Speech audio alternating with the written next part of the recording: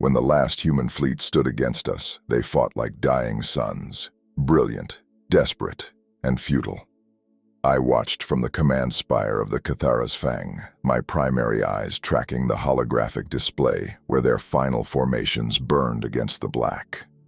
317 vessels, most of them damaged, all of them doomed, arranged in defensive patterns that spoke of doctrine written by beings who understood they were already dead. The humans had named this system Sol, their birthplace, their graves. The wreckage drifted now in silence. Hull fragments that had been ships, debris clouds that had been crews, distress beacons fading one by one like stars going out at the end of time. My sensory stalks detected electromagnetic signatures stuttering across multiple frequencies. Human voices compressed into digital streams, screaming into the void for help that would never come. Mayday, Mayday, this is the UHSF Indomitable. We are... Static consumed the rest. Another voice, younger, breaking with fear. They're everywhere. Command is gone. Weapons are... Silence. Then another, this one steady despite everything. To anyone receiving this transmission, humanity fought here. Remember that we... Nothing. I have lived 342 of your Earth years, and I have commanded fleets in 17 campaigns across 9 spiral arms of this galaxy. I have seen civilizations rise and burn and fade into archaeological mysteries. I have ordered the deaths of billions when necessity demanded it. And I have done so without hesitation, because I believed in the order we maintained, the peace we enforced, the stability we provided to a chaotic universe. But standing there in the aftermath, listening to those dying signals fade into cosmic background radiation, I felt something I had not felt in centuries. Doubt. Not about our victory, that was absolute. Not about our power, that was unquestionable. But about the cost, about what we had destroyed to maintain what we claimed to protect, about whether the silence that followed victory was peace or just the absence of voices to speak against us. My tactical officer, Vorath, approached with movements that spoke of satisfaction. Admiral Kirillesh, he said, using the ritual greeting of victors, the final human stronghold on their third planet has ceased all military transmissions. The orbital defense platforms are destroyed. The evacuation fleets we allowed to depart are tracked and will be intercepted within 40 cycles. Humanity as a military force no longer exists. I acknowledged this with a gesture that meant understanding without joy. Vorath's satisfaction dimmed slightly. He had served with me long enough to recognize when victory did not please me. You are troubled, Admiral. I am reflective, I corrected. There is a difference. What do we have to reflect upon? We were ordered to neutralize the human threat. We have done so. The campaign is complete. Yes, I said, still watching the debris field expand slowly across my displays. Complete. That is precisely the word. But Vorath did not understand. How could he? He had not been present at the beginning, had not witnessed the initial encounters, had not heard the humans' first transmissions when they were still curious rather than terrified. I remember first contact, 63 years ago by human reckoning, when their primitive exploration vessels stumbled into Talkesh space near the Kepler frontier. They came in peace, broadcasting greetings in hundreds of languages, transmitting everything about their species, their biology, their culture, their history, their hopes. They offered knowledge freely, offered partnership, offered friendship to beings they had never met. The High Council debated for 7 cycles what to do about them. Some argued for incorporation, bringing humanity into the Empire as client species, guided by our superior wisdom and technology. Others advocated for containment, establishing boundaries, monitoring their development, intervening only if they became dangerous. A few even suggested partnership, recognizing that human innovation and adaptability might benefit the Empire. We chose subjugation, not because they threatened us, but because their independence did. They represented chaos, uncertainty, the possibility that the order we'd spent 12,000 years establishing might be challenged by beings who didn't accept that the Talkesh way was the only way. The humans resisted. Of course they resisted. What self-respecting species wouldn't resist when faced with the choice between submission and extinction? They fought with technology inferior to ours, with tactics we could counter, with forces we could overwhelm, but they fought with something else too. Something we had lost somewhere in our 12,000 years of dominance. They fought with hope, with the belief that their freedom was worth more than their survival, with the conviction that dying on their own terms was preferable to living on ours. The war lasted 47 years. 47 years of human resistance, adaptation, innovation. And I commanded the Talkesh forces for 38 of those years, watching humanity evolve from easy prey to worthy adversary, to something I couldn't quite categorize. In the early years, it was straightforward.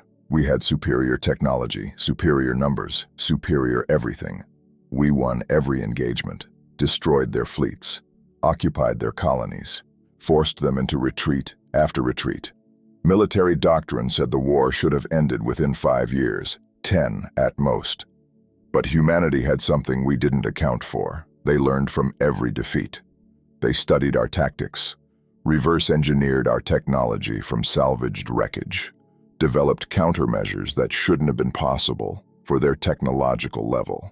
More importantly, they built alliances with other species we'd subjugated, the Variks, the Karathi, the Shentar, species who remembered what it was like to fight for independence before being forced into submission. These alliances changed everything. Suddenly, human fleets were using Variks stealth technology, Karathi quantum weapons, Shentar defensive systems. They weren't just fighting with their own resources, they were coordinating with dozens of other civilizations, creating networks of cooperation that bypassed our command structures entirely. I remember the Battle of Kepler 442, 15 years into the war. We'd tracked a major human fleet to that system, expected a decisive engagement that would break their military capacity. Instead, we found ourselves facing a coordinated force of 7 different species, each one contributing their unique capabilities to a battle plan that exploited every weakness in our standard tactical doctrine. We won, but at cost. We lost 17 capital ships, more than we'd lost in the previous 10 years combined.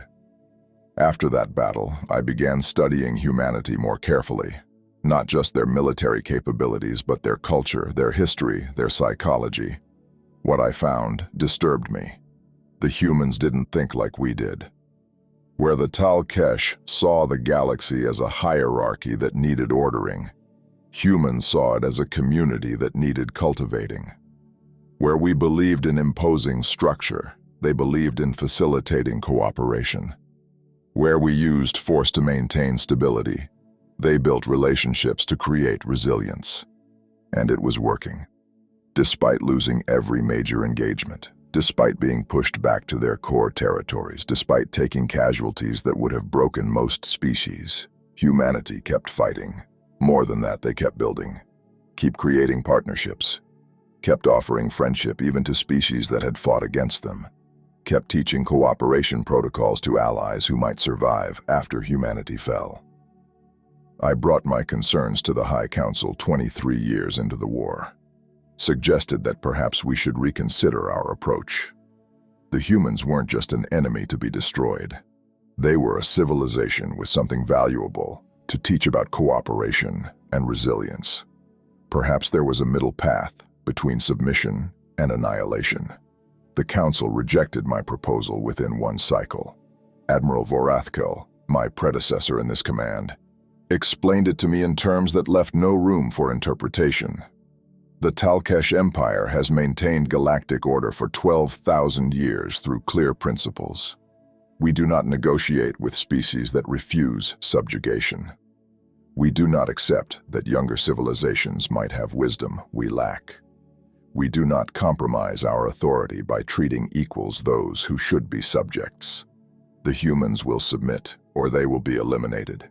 That is not negotiation. That is not discussion. That is policy, established through millennia of successful governance. I accepted this, returned to the war, continued commanding fleets, winning battles, pushing humanity back, system by system. But the doubts grew, especially after the incident at Tau Ceti. Tau Ceti was a human colony system 29 years into the war. We'd finally broken through their defensive perimeter, were preparing to begin occupation operations. Standard procedure called for immediate military administration. Arrest resistance leaders. Shut down independent communications. Establish Talkesh authority before organized opposition could form. But my forces arrived to find the colony already evacuating.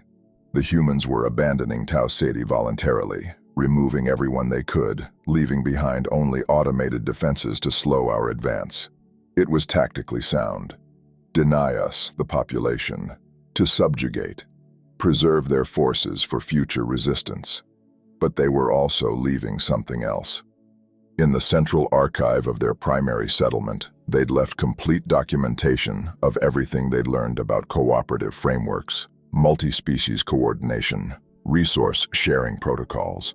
Thousands of years of human philosophy and sociology translated into languages we could read, explaining how they thought about civilization, about cooperation, about building communities across species barriers.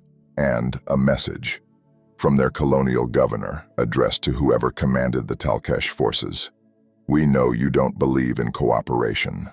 We know you think force is the only way to maintain order.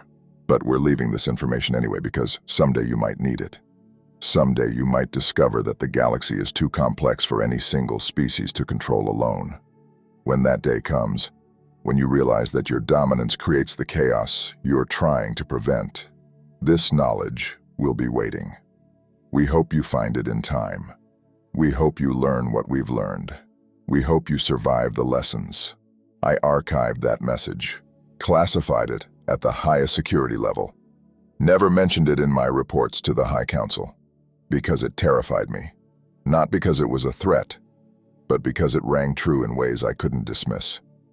Because somewhere deep in my awareness, beneath centuries of cultural conditioning and military training, I recognized that the governor was right, that we were creating the very chaos we claimed to be preventing, that our pursuit of order through dominance was less stable than humanity's cultivation of cooperation through partnership. But I was a good admiral. I served my empire faithfully. I made the choices that seemed necessary. And I continued the war, continued the campaigns, continued pushing humanity back until finally, inevitably, we cornered them here at Sol, at their birthplace, at their grave, until finally, inevitably, we broke them. We shattered their alliances. We destroyed their industrial capacity. We hunted their fleets across the spiral arm until there was nowhere left to run.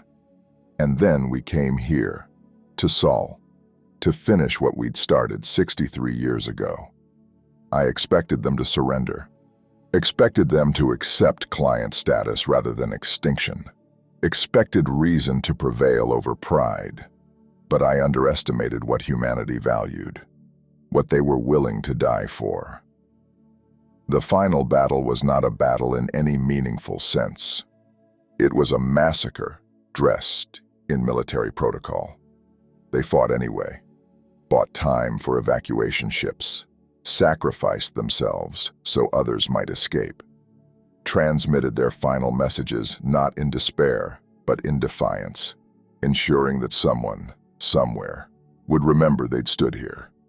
And now it's done. Humanity as a military force is destroyed. Their homeworld is occupied. Their colonies are scattered. The evacuation fleets will be hunted down and either destroyed or forced into compliance. The threat is neutralized. Order is restored. Peace is maintained. And I am haunted by the question, what have we actually achieved? The answer came 13 cycles after the battle, when our archaeologists began examining the strange structures the humans had been protecting in the outer system. Structures that predated humanity by millions of years. Structures the humans called the predecessor vaults. We'd known about them, of course. Humanity had discovered them 40 years into the war and began studying them obsessively. We assumed they were searching for weapons, for some ancient technology that might turn the tide. We assigned resources to monitor their research, to intercept their discoveries, to ensure that if there were weapons in those vaults, humanity wouldn't get them first. We were partially right, but we misunderstood their purpose entirely. The humans weren't looking for weapons. They were trying to prevent a catastrophe. The predecessor vaults contained warnings, documentation of a phenomenon the ancient civilization had barely survived. Something they called the convergence. A cascade of dimensional instabilities triggered when too many spacefaring species occupy the same region of space-time without proper coordination. The science is complex, but the fundamentals are clear. Space-time is not as stable as it appears. Every faster-than-light jump, every high-energy weapon discharge, every large-scale industrial operation creates ripples in the fabric of reality. Individually, these ripples are negligible. But when multiple civilizations are generating them simultaneously, competing for resources, fighting wars, expanding aggressively into the same regions, the ripples interact, interfere, amplify. The predecessors learned this the catastrophic way. Their civilization spanned thousands of systems, dozens of client species, all of them expanding and competing and fighting for dominance. They noticed the dimensional instabilities beginning to manifest. Spatial anomalies, temporal distortions, regions where physical laws started behaving unpredictably. They investigated, and they discovered the terrible truth. They were doing it to themselves. Their own expansion, their own competition, their own wars were creating resonances in space-time that built toward critical threshold. And when that threshold was reached, space-time itself began to unravel. Stars disappeared. Planets phased out of existence. Entire systems became uninhabitable as the fundamental laws of physics destabilized. The predecessors called it the first convergence. It killed 70% of their population and destroyed their civilization's core territories. They survived only by implementing emergency protocols, forcing all their client species to cooperate, coordinating their activities, eliminating competitive interference, working together to generate stabilizing resonances instead of destructive ones. It worked. The dimensional instabilities stopped cascading. Space-time restabilized. But the cost was everything they'd built. Everything they'd achieved through dominance and expansion and competitive superiority. They had to abandon it all and learn to cooperate, because cooperation was the only thing that generated the right kind of resonances to stabilize reality itself. The predecessors spent the next 1,000 years developing cooperation protocols, testing them, refining them, ensuring they understood how to prevent future convergence events. Then they encoded everything they'd learned into vaults scattered across the galaxy, hoping that future civilizations would find them, would understand, would implement the protocols before triggering their own convergence. But the predecessors disappeared millions of years ago, and their vaults were sealed, their warnings unread, their lessons forgotten, until humanity found them and began to understand what they meant. The humans spent 40 years translating predecessor records, analyzing their science, understanding their warnings, and they reached an unavoidable conclusion. The Talkesh Empire, with its 12,000 years of expansion and subjugation and forced order, had been systematically creating the conditions for a convergence event. Every war we fought, every species we subjugated, every independent civilization we forcibly incorporated, all of it created interference patterns that accumulated, amplified, built toward critical threshold. And the war with humanity was the final addition, the last species whose destruction would tip the balance from stable to catastrophic. The humans had been trying to warn us. For 40 years, they'd been transmitting data from the vaults, explaining the threat, begging us to stop the war and implement the predecessors' protocols before it was too late. But we dismissed their warnings as desperation, as psychological warfare, as attempts to manipulate us into peace through invented threats. Commander Elena Vasquez led the human research team studying the predecessor vaults, a brilliant physicist who'd spent 2 decades decoding ancient records and developing mathematical models of dimensional stability. Her final transmission, sent 6 days before the Battle of Seoul, contained everything humanity had learned, everything we needed to know, everything that might have prevented what's happening now. I'm reading it now, too late to matter but too important to ignore. To the Talkesh High Council, we understand you see humanity as a threat to order. We understand your empire has maintained stability for 12 millennia. But that stability is an illusion built on incomplete physics and dangerous assumptions. The predecessors discovered that forced order creates the exact resonances that destabilize reality. Natural cooperation creates stability.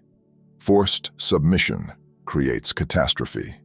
Your empire has been building toward convergence for 12,000 years. Every species you subjugated, every war you fought, every civilization you forced into submission. All of it generated destructive interference patterns that accumulate in space-time itself. The mathematics are clear. The predecessor records are unambiguous. If you destroy us, if you continue enforcing dominance over cooperation, you will trigger exactly what you're trying to prevent. The dimensional instabilities are already beginning. We can measure them, we can predict when they'll reach critical threshold, and we can prevent it. But only through the cooperation protocols the predecessors developed. Only by working together instead of fighting. Only by implementing frameworks that generate stabilizing resonances through voluntary coordination rather than destructive resonances through forced compliance. Please, we don't have to be enemies. We can work together. We want to work together. That's all we've ever wanted. Help us implement the predecessor protocols. Help us stabilize space-time before the convergence becomes irreversible. Help us save not just humanity and the Talkesh, but every species in this region of the galaxy who will die if reality itself becomes unstable. We're not asking you to surrender. We're not asking you to submit. We're asking you to cooperate, to recognize that the universe is too complex for any single species to control, to understand that the order you're maintaining is creating the chaos you fear. To help us prevent catastrophe while there's still time. We never responded. Never even seriously considered her message. We were too busy planning the final assault. Too convinced of our superiority to accept that human scientists might understand something we'd missed. Too committed to our 12,000-year policy of dominance to recognize that dominance itself was the problem. 3 days after we destroyed the last human fleet, the first dimensional instabilities began manifesting in the Sol system, exactly where Commander Vasquez's models predicted they would appear. Minor at first, spatial anomalies that made navigation difficult, temporal distortions that disrupted communications. Our scientists investigated, confident we could understand and contain whatever was happening. We couldn't. The anomalies spread, grew stronger, began appearing in other systems where Talkesh and human forces had fought. The resonances the predecessors warned about were building, amplified by decades of warfare, by the destructive interference of 2 civilizations fighting for dominance in the same space. By the final battle where we killed millions of humans and destroyed their military capacity and congratulated ourselves on maintaining order while we were actually triggering catastrophe.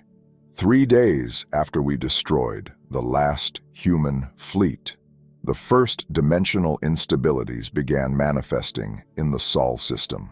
Minor at first, spatial anomalies, temporal distortions, regions where physical laws seemed to flex and bend. Our scientists investigated, confident we could understand and contain whatever was happening. We couldn't. The anomalies spread, grew stronger, began appearing in other systems where Talkesh and human forces had fought. The resonances the predecessors warned about were building, amplified by decades of warfare, by the destructive interference of two civilizations fighting for dominance in the same space. We'd triggered a convergence event. Everything the humans had tried to prevent, everything the predecessors had warned against, everything we dismissed as fiction while we were busy destroying the one species that had actually understood the threat. Now the alarms are sounding across Talkesh space. Dimensional breaches are opening in systems throughout the Empire. Ancient automated defense systems, left by the predecessors to contain convergence events, are activating after millions of years dormant. Vast structures emerging from dimensional folds, generating stabilizing fields that strain to contain the damage we've done. But they were designed for a single convergence event, not 12,000 years of accumulated interference. They're overwhelmed, failing, and we're discovering the terrible truth the predecessors learned. The only way to stop a convergence once it's begun is the same way they stopped it. Cooperation, multiple species working together, implementing the coordination protocols, sharing resources and technology and knowledge in ways that create stabilizing resonances instead of destructive ones.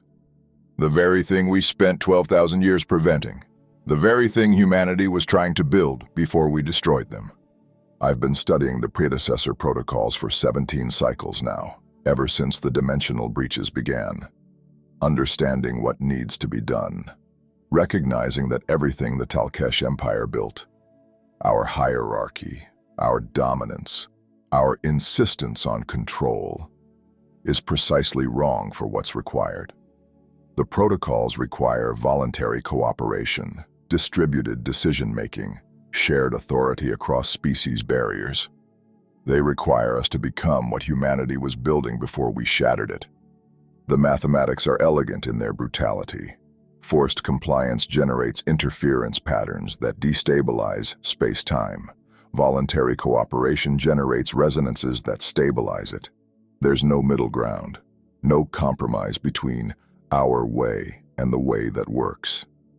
Either we abandon 12,000 years of imperial policy and learn to cooperate as equals with species we've subjugated, or we watch reality itself unravel around us.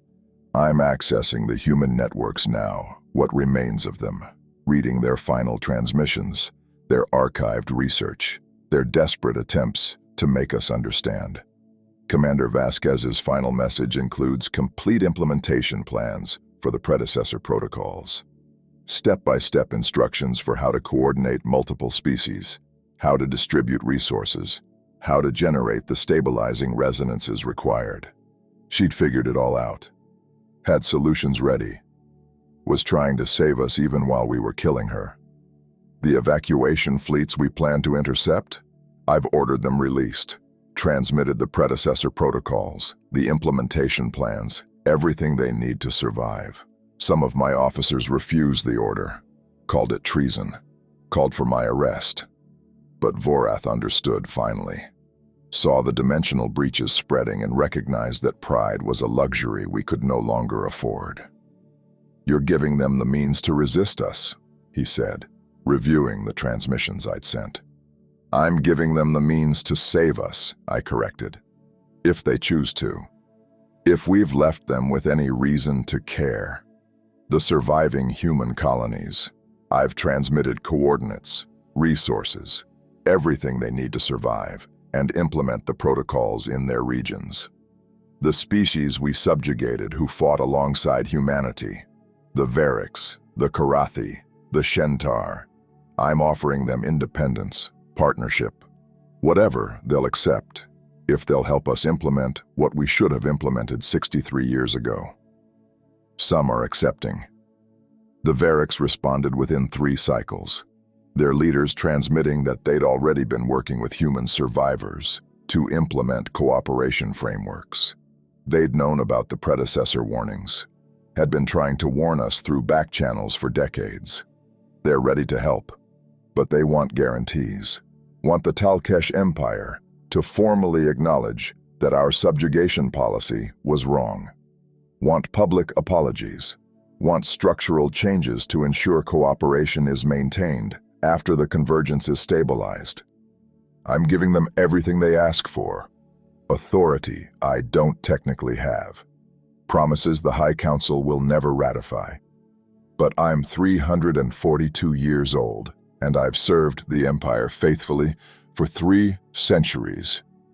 And if my final act is treason in service of survival, then so be it. The Karathi are more cautious. Their leaders remember what happened when they tried to negotiate with us 200 years ago. Remember the promises we made, and then broke once they were too integrated to resist.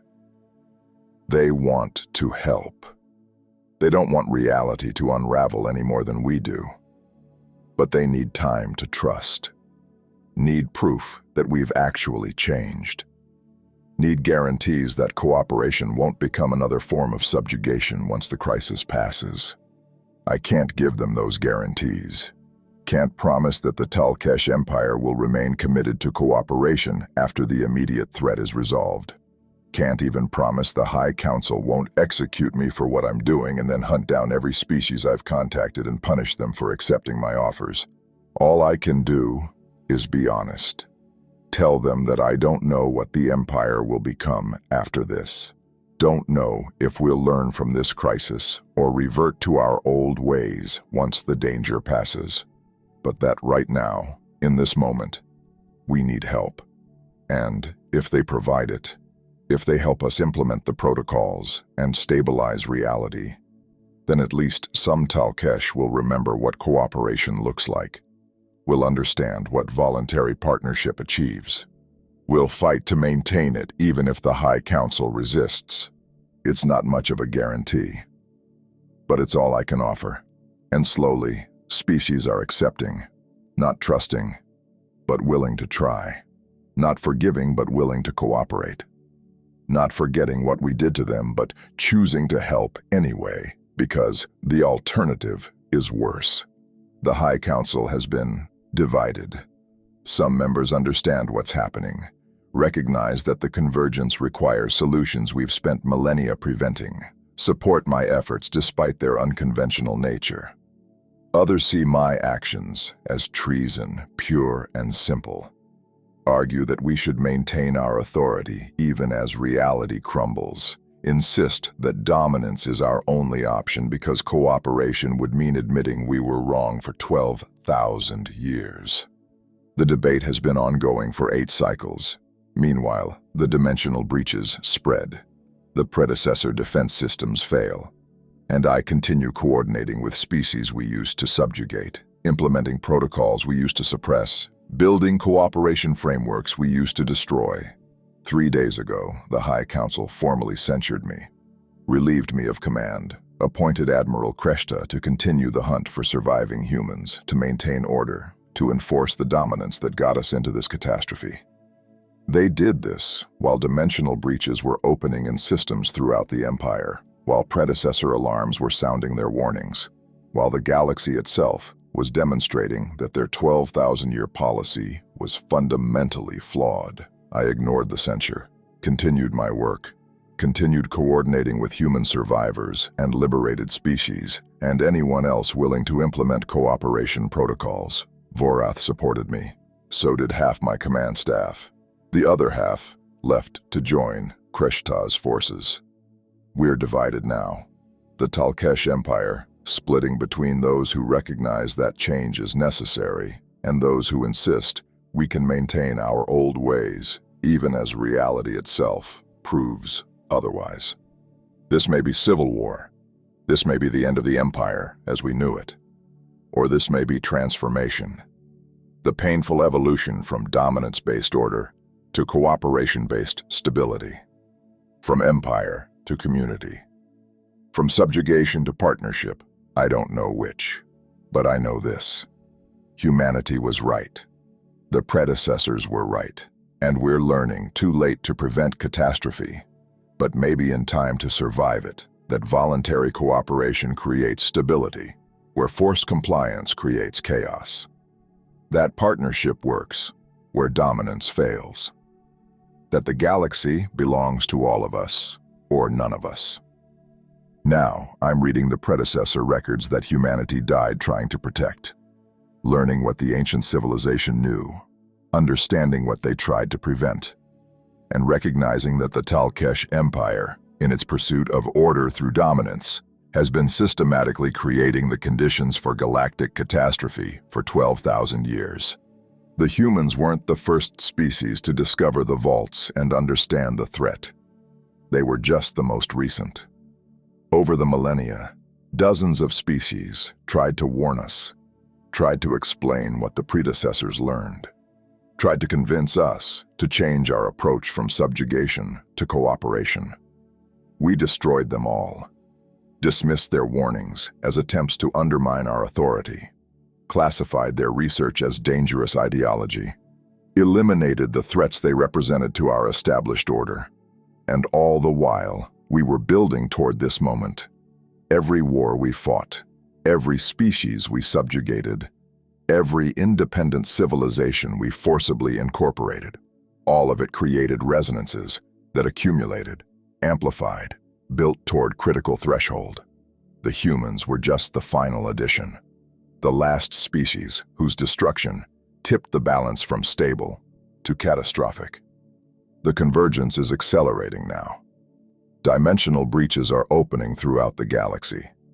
The predecessor defense systems are responding, trying to contain the damage, but they were designed for a single event, not centuries of accumulated interference. They're overwhelmed, failing, and we need cooperation to stop it. Need multiple species working together in ways the Talkesh Empire specifically prevented. Need the kind of voluntary partnerships humanity was building before we shattered them. Need what we spent 12,000 years destroying, because we believed control was superior to collaboration. The evacuation fleets we planned to intercept, I've ordered them released. The surviving human colonies, I've transmitted coordinates, resources, everything they need to survive. The species we subjugated, who fought alongside humanity, I'm offering them independence, partnership, whatever they'll accept if they'll help us implement the predecessor protocols before space-time itself unravels. Some will accept, some won't. Some can't. We destroyed them too thoroughly. But we have to try. Have to offer what we should have offered 63 years ago, when humanity first reached out in friendship. Have to hope it's not too late. The High Council has censured me, relieved me of command, accused me of treason for releasing the evacuation fleets, for offering independence to client species, for suggesting that the Empire's 12,000-year policy was fundamentally flawed. They're appointing a new admiral to continue the hunt for surviving humans, to maintain order, to enforce the dominance that got us into this catastrophe. I don't care. I'm too old. I've seen too much. I've commanded too many campaigns and ordered too many deaths in service of an order that was creating exactly what it claimed to prevent. My service record is distinguished. My loyalty unquestioned. My effectiveness proven across 17 campaigns. And I was wrong about everything that mattered. The humans understood what we refused to see. That the universe is too complex for any single species to control. That cooperation creates stability, where domination creates chaos. That voluntary partnership is stronger than forced submission. They learned these lessons from the predecessors. They tried to teach us, and we destroyed them for it. Some humans survived. Maybe 50 million out of their billions, scattered across the evacuation fleets, hidden in colonies we haven't yet found, protected by species we subjugated who valued humanity's friendships more than they feared our retaliation. It's not enough to rebuild their civilization, not enough to restore what we destroyed, but it might be enough to help stop what we started, if they choose to help. If we've left them, with any reason, to care whether the Talkesh Empire survives. If forgiveness is possible for atrocities committed in the name of order. I've transmitted all the predecessor research to every surviving human community I can locate. Sent them the coordination protocols, the cooperation frameworks, the technical specifications for stabilizing dimensional resonances. Given them everything they need to save themselves and whatever remains of galactic civilization. I don't know if they'll use it. Don't know if they'll help us or let us reap what we sowed. Don't know if the scattered remnants of humanity have the resources or numbers or will to implement solutions on the scale required. But I hope. Against all reason and evidence and logic, I hope. Because hope is what the humans taught me in their final stand. That dignity matters. That principle is worth dying for. That how you face defeat defines you more than whether you achieve victory. The last human fleet stood against us and lost. But in losing, they won something more important than military victory. They proved that force cannot solve every problem. That dominance is not the same as strength. That an empire built on subjugation is weaker than a community built on cooperation. And now the galaxy is learning whether that lesson came in time. Whether the cooperation protocols can be implemented fast enough. Whether the species we subjugated will work with us or let us fall. Whether humanity, scattered and broken, and reduced to a fraction of what they were, will help save the civilization that destroyed them. The dimensional breaches are growing. The predecessor defenses are failing. Space-time itself is becoming unstable in regions throughout the galaxy. And I sit here, old and tired and haunted by 3 centuries of choices I cannot unmake, watching the future unfold in ways I tried to prevent by enforcing the exact policies that created this catastrophe. If humanity survives, if the cooperation protocols work, if we manage to stabilize the convergence before it consumes everything, they'll remember. They'll record what happened here. They'll tell their children and their children's children about the species who destroyed them and then begged for their help when destruction came calling. I don't know what that story will say about us, about me, about the choices we made and the prices we paid, and the lessons we learned too late to prevent catastrophe but maybe in time to survive it. I don't know if history will judge us as villains who got what we deserved, or fools who mistook dominance for wisdom, or victims of our own success who couldn't adapt when adaptation was required. But I know this: the humans were right. About cooperation, about partnership, about the strength that comes from voluntary alliance rather than forced submission. And we were wrong. About everything that mattered. And the cost of our error might be paid by everyone, human and Talkesh, and every other species caught between our pride and their principles. The last human fleet stood against us. And when the final accounting is written, when history evaluates what happened here and why, I think it will record that in that moment, humanity represented what civilization should be, and the Talkesh Empire represented what it should never become. I was a good admiral. I served my empire faithfully. I won every campaign I commanded, and I helped create a galaxy where the last human fleet standing against us was not the aberration. It was the inevitable result. The predictable outcome of treating every problem as something that could be solved through overwhelming force. If this is victory, then victory is ashes. If this is peace, then peace is silence where voices should be. If this is order, then order is the grave we dug for ourselves while claiming we were protecting everyone else. The galaxy sounds like a grave because we made it one. And now the alarms are sounding and the convergence is beginning, and the species we tried to destroy might be the ones who save us, if they choose to. If we've left them with enough reason to care. I hope we have. I hope humanity proves as resilient in cooperation as they were in resistance. I hope the lessons they tried to teach us aren't lost with them. I hope forgiveness is possible, even for atrocities committed with absolute certainty. We were right, because hope is all that remains when victory proves hollow and peace proves false, and order proves to be chaos wearing the mask of stability. Hope might be enough if we finally learn to listen. The last human fleet stood against us, and in the end, they won the only war that mattered. Not the war for survival, though they survived. Not the war for victory, though they achieved victory of a kind. But the war for meaning. For the recognition that some principles matter more than outcomes. That dignity is worth defending even unto death. That freedom means more than submission, even when submission would have saved lives. They lost everything but their principles. We won everything but meaning. And now the galaxy will discover which was more important. Which will survive when survival depends not on who has the most power, but on who can work together. I am Admiral Kirillesh of the Talkesh Imperial Fleet. I have lived 342 years. I have commanded fleets in 17 campaigns. I have ordered the deaths of millions when I believed necessity demanded it. And I was wrong. Wrong about humanity. Wrong about force.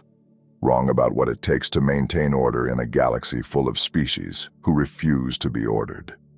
The last human fleet stood against us, and in standing they proved that defeat on your own terms is preferable to victory on someone else's. They won the war for meaning, and were left with the consequences of winning wars that didn't matter while losing what did. May their example teach us what our victories could not. May their principles survive where our dominance did not. May the galaxy they tried to save prove more resilient than the empire we tried to preserve. If this is victory, then may I never achieve victory again. If this is peace, then I pray for war. If this is order, then I pray for chaos. Because anything would be preferable to this silence, this emptiness, this grave we dug for ourselves while claiming we were protecting everyone. The humans were right, the empire was wrong, and the price of our error might be paid by everyone. That's all there is to say. That's all that matters now. That simple truth we refuse to acknowledge until it was almost too late. Almost, but maybe not quite. If humanity chooses to help, if cooperation prevails, if hope proves stronger than history, the galaxy waits. And I remain here, recording a truth no one wants to hear but everyone needs to understand. Force cannot solve every problem. Dominance is not strength. And the greatest threat we faced was never the species we were fighting. It was what we became while fighting them. May we learn from humanity's example. May we survive our own victory. May the last human fleets stand against us teach us what 300 years of dominance could not. That survival together matters more than victory alone. That cooperation builds what force can only destroy. That the galaxy belongs to all of us or none of us. The humans knew this. We're learning it now. And the only question that remains is whether we learned it in time.